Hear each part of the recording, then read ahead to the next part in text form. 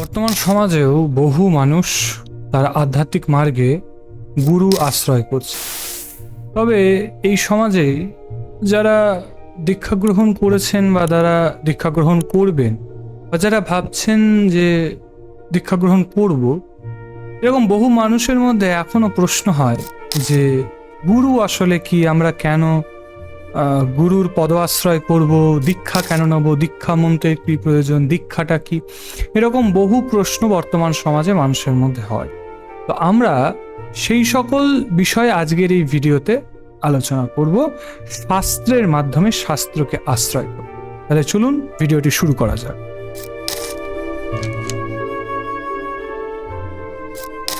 এবার প্রথমে আমরা জানব গুরু কাকে বলে। শাস্ত্রে বলছে গুরুতি রক্ষতি ইতি গুরু, অর্থাৎ যিনি সংসার মহাদাবাগ্নি হইতে আমাদেরকে রক্ষা করেন। এছাড়াও বলছেন গু শব্দ অন্ধকার সাদ্রু শব্দ স্তন্নন্তি বর্তক তস্মাৎ গুরু পদে নাশো ভগবান আবিধীয়তে। অর্থাৎ গু শব্দের অর্থ অন্ধকার আর রু শব্দের অর্থ যিনি অন্ধকারকে দূর করেন। যে কারণে গুরু শব্দের দ্বারা ভগবানকেই বোঝানো হইয়াছে। জীবের অন্ধকার, অজ্ঞানতার অন্ধকারকে দূরীকরণ যে স্বরূপ করে সেটি হচ্ছে গুরু। এছাড়াও শ্রীমদ্ ভাগবত মহাপুরাণে ভগবান শ্রীকৃষ্ণ আচার্যমাং বীজানিয়াত নবমান্যতে করিহিচিত নমর্ত বুদ্ধ শ্বেত সর্বদেব ময়গু। তো ভগবান বলছেন উদ্ধবকে, হে উদ্ধব, আচার্য অর্থাৎ শ্রী গুরুদেবকে আমার স্বরূপ বলিয়া জানিবে, কখনোই তাহাকে অবজ্ঞা করিবে না, মনুষ্য বুদ্ধিতে তার প্রতি অসূয়া প্রকাশ করিবে না। কখনো গুরুকে মনুষ্য জ্ঞান করা যাবে না। গুরু হলেন স্বয়ং ভগবৎ স্বরূপ, ভগবানের স্বরূপ। এছাড়াও একটি খুব প্রসিদ্ধ বন্দনা গুরুদেবের উদ্দেশ্য করা হয়, নারদ পঞ্চরাত্রে সেটি উল্লেখ করা হচ্ছে। সেটি হচ্ছে গুরু ব্রহ্মা গুরু বিষ্ণু গুরুদেব মহেশ্বর গুরুরেব পরব্রহ্ম তস্ময় শ্রী গুরবে নমঃ। এবার এখানে গুরুকে ব্রহ্মা, গুরুকে বিষ্ণু, গুরুকে মহেশ্বর বলে সম্বোধন করা হয়েছে। তাহলে এখানে কেন গুরুকে ব্রহ্মা, গুরুকে বিষ্ণু, গুরুকে মহেশ্বর সম্বোধন? এটি হচ্ছে গুরুর স্বরূপ। এখানে স্বরূপ সম্বন্ধে আলোচনা করা হচ্ছে। প্রথমত গুরুকে কেন ব্রহ্মা বলা? শ্রী গুরু পদ্মরূপী ব্রহ্মা শ্রী শ্রী গৌর গোবিন্দের ভজন রসাবিষ্ট জীবের অনাদি কালকর্মের যে বন্ধন বা আমাদের প্রারব্ধ যে কর্ম, সে প্রারব্ধ কর্মগুলিকে খণ্ডন করে আমাদের একটি নতুন, যখন আমরা দীক্ষা মন্ত্র গুরুদেবের কাছ থেকে পাচ্ছি, তখন আমরা সেই দীক্ষা মন্ত্রের দ্বারা একটি নতুন ভজন উপযোগী সচ্চিদানন্দ পার্শ্বদ দেহ প্রাপ্তি করতে পারছি, যেটার দ্বারা আমরা গৌর গোবিন্দের ভজনা করতে পারি। এছাড়াও গুরুকে বলা হচ্ছে বিষ্ণু। শ্রী গুরুদেবকে বিষ্ণু বলার অর্থ হচ্ছে, কারণ যেমন ভগবান বিষ্ণু পালন করেন, তেমন তিনি শিষ্যের পালন পোষণ কর্তা। এবার মন্ত্র উপদিষ্ট সাধককে শ্রবণ কীর্তনাগিরি ভক্ত অঙ্গের অনুষ্ঠান করায় অপরাধ লাভ, পূজা প্রতিষ্ঠা, ভুক্তি মুক্তি লাভের যে লালসা, সেই লালসা থেকে রক্ষা করে ভজন উপযোগী দেহের পালন পোষণ করেন গুরুদেব। তাই গুরুদেবকে বলা হচ্ছেন তিনি বিষ্ণু। তিনি সবসময় এই রকম যে সকল কাম ক্রোধ লোভ মোহ থেকে, এছাড়া পাপ পুণ্য, পূজা প্রতিষ্ঠা, ভুক্তি মুক্তি থেকে তাকে দূরে সরিয়ে রেখে তাকে কেবলমাত্র ভগবানের শ্রীচরণে যাতে তার ভক্তি নিষ্ঠা এবং ভগবত জ্ঞান থাকে, সেইভাবে গুরুদেব তার শিষ্যকে পালন করেন। এই জন্য গুরুকে বিষ্ণু বলে সম্বোধন করা হয়েছে। এছাড়াও গুরুকে বলা হয়েছে মহেশ্বর। যেমন মহেশ্বর নিজ মুখাগ্নিতে পুরো বিশ্ব ব্রহ্মাণ্ড চরাচরের নাশ করে দিচ্ছেন, অন্তে যেমন সৃষ্টি হচ্ছে, পালন হচ্ছে এবং অন্তিমের সংহার হচ্ছে, মহেশ্বর সংহার করে দিচ্ছেন। তা গুরুরূপী মহেশ্বর আমাদের যে কাম ক্রোধ লোভ আদি রিপু রয়েছে, এই 6 রিপুর গুরুদেব নাশ করে দিচ্ছেন এবং দেহকে কৃপা অমৃতে সিক্ত করছেন, যার দ্বারা আমরা ভগবত ভজনে নিযুক্ত হতে পারছি। এই জন্য গুরুর স্বরূপে বলা হয়েছে গুরু ব্রহ্মা গুরু বিষ্ণু গুরুদেব মহেশ্বর।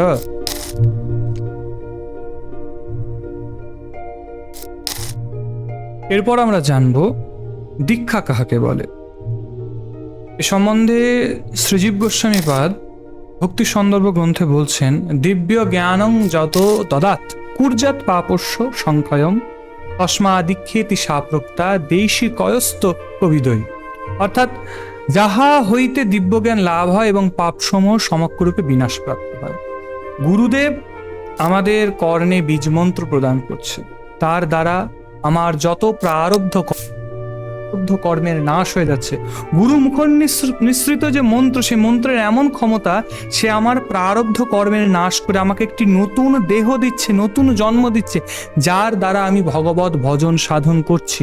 অর্থাৎ গুরুদেব আমাদের ভিতরের অজ্ঞানতার অন্ধকারকে দূর করে দীক্ষারূপী দিব্য জ্ঞান প্রদান করছে, যে দিব্য জ্ঞানের দ্বারা আমরা ভগবানকে প্রাপ্তি করতে পারি। যেমন বলা হচ্ছে না, অজ্ঞানতিমিরন্ধস্য জ্ঞানাঞ্জন শলাকায়া। গুরুদেব আমার অজ্ঞান অন্ধকারকে দূর করছেন। জ্ঞানাঞ্জন শলাকায়, শলাকায় মানে দণ্ড, সেই দণ্ডের দ্বারা গুরুদেব দণ্ডের দ্বারা জ্ঞানরূপী অঞ্জন আমার নেত্রে অঙ্কন করছেন, যার দ্বারা আমার অজ্ঞানতা চলে যাচ্ছে, আমার জ্ঞান চক্ষু খুলছে এবং আমি ভগবত ভজনে এগিয়ে যাচ্ছি। এই জন্য আমরা গুরুদেবের কাছ থেকে সেই দীক্ষা মন্ত্র, যে বীজ মন্ত্র, দেখুন মন্ত্রের কিন্তু বিশেষ ক্ষমতা রয়েছে। বর্তমান সময়েও আমরা দেখতে পাচ্ছি যে মন্ত্রসিদ্ধি ইত্যাদি আলোচনা করছে, এবং এটি সঠিকই যে মন্ত্রের কিন্তু বিশেষ মাহাত্ম্য রয়েছে। গুরু মন্ত্রের এমন ক্ষমতা রয়েছে যেটি শিষ্যকে ভগবত প্রাপ্তি করাতে পারে, কিন্তু যদি সে মন্ত্রটা তার না থাকে তাহলে তার কিন্তু ভগবত প্রাপ্তি হওয়া সম্ভব নয়।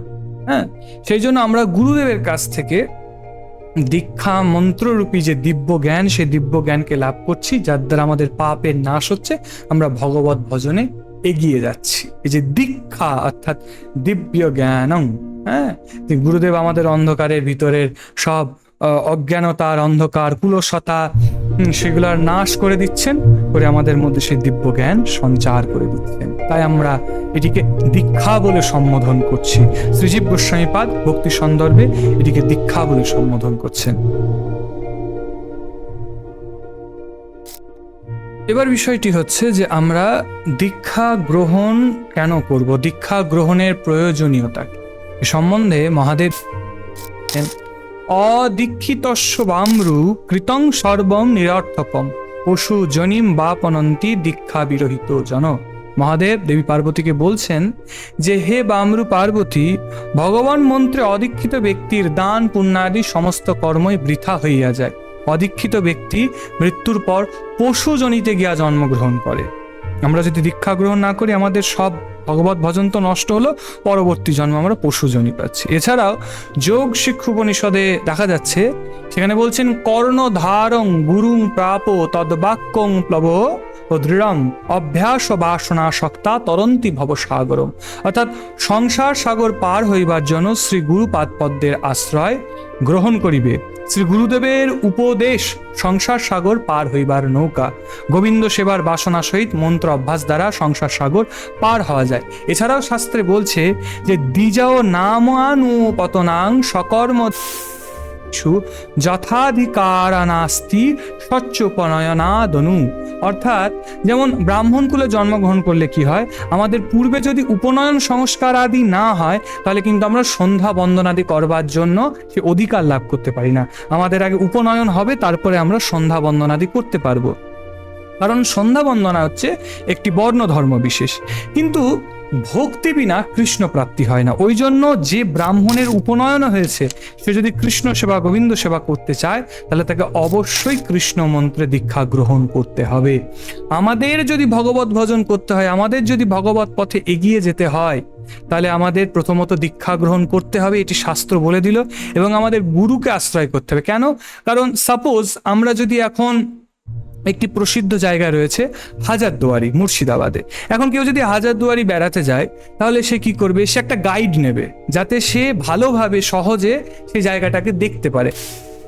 কোনো টুরিস্ট প্লেসে যায় না কেন, সেখানে আমরা একটা গাইড নিই, যাতে সে গাইড আমাদেরকে ভালো করে সবকিছু দেখাতে পারে। যেমন গুরু হচ্ছে আমার ভজন মার্গের গাইড, যে আমাকে গাইড করবে, পথ দেখাবে, পথ প্রদর্শন করবে, এই পথে তুমি চলো, তাহলে তুমি ভগবত প্রাপ্তি করতে পারবে। এমনকি এটা কিন্তু ভাগবত মহাপুরাণেও প্রমাণ রয়েছে। ধ্রুব মহারাজ, যিনি বনের মধ্যে ভ্রমণ করে বেড়াচ্ছেন যে আমি কিভাবে সাধনা করব, কোথায় ভগবানকে পাবো, এভাবে তো ভগবানকে পাওয়া যাবে না। তখন সেখানে দেবর্ষি নারদমুনি এলেন, তাকে উপদেশ করলেন, তাকে ভগবত মন্ত্রে দীক্ষা দিলেন, তারপর তিনি সেই ভজনের দ্বারা ভগবানকে প্রাপ্তি করলেন। ওই জন্য আমাদের গুরুর প্রয়োজন, কারণ গুরুই আমাকে পথ দেখাবে আমি কিভাবে ঈশ্বরের দিকে যাব, আমাকে উপদেশ করবে আমি কিভাবে ভগবানকে পেতে পারি। এবং এই দীক্ষা মন্ত্রটা হলো একটা আধার, একটা মাধ্যম যেটার দ্বারা আমি ভগবানকে পেতে পারি। ওই জন্য দীক্ষা মন্ত্রটি অতি আবশ্যক।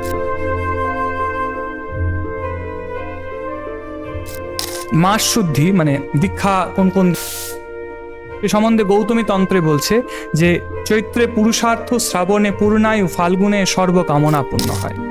তা চৈত্রে যদি দীক্ষা নাও তাহলে পুরুষার্থ লাভ হবে, শ্রাবণে পূর্ণায়ু লাভ হবে, ফাল্গুনে দীক্ষা গ্রহণ করলে সর্বকামনা পূর্ণ হবে। এবং দীক্ষা গ্রহণ বিষয় এটি বলা হচ্ছে যে মল মাসে কখনো দীক্ষা নেওয়া হবে না। এছাড়া যদি তিথি এবং বার বিশেষে আমরা দীক্ষা গ্রহণ করি তাহলে রবি, সোম, বুধ, বৃহস্পতি, শুক্রবার এই দিনগুলো কিন্তু দীক্ষার জন্য শ্রেষ্ঠ। এবং দ্বিতীয়া, পঞ্চমী, ষষ্ঠী, সপ্তমী, দশমী, দ্বাদশী, ত্রয়োদশী, পূর্ণিমা এগুলো দীক্ষানুষ্ঠানের জন্য শ্রেয়। এছাড়াও রুদ্রজামল তন্ত্রে বলা হচ্ছে যে প্রধান তীর্থে সূর্যগ্রহণ, চন্দ্রগ্রহণ এই সকল সময় দীক্ষা নেওয়া কর্তব্য।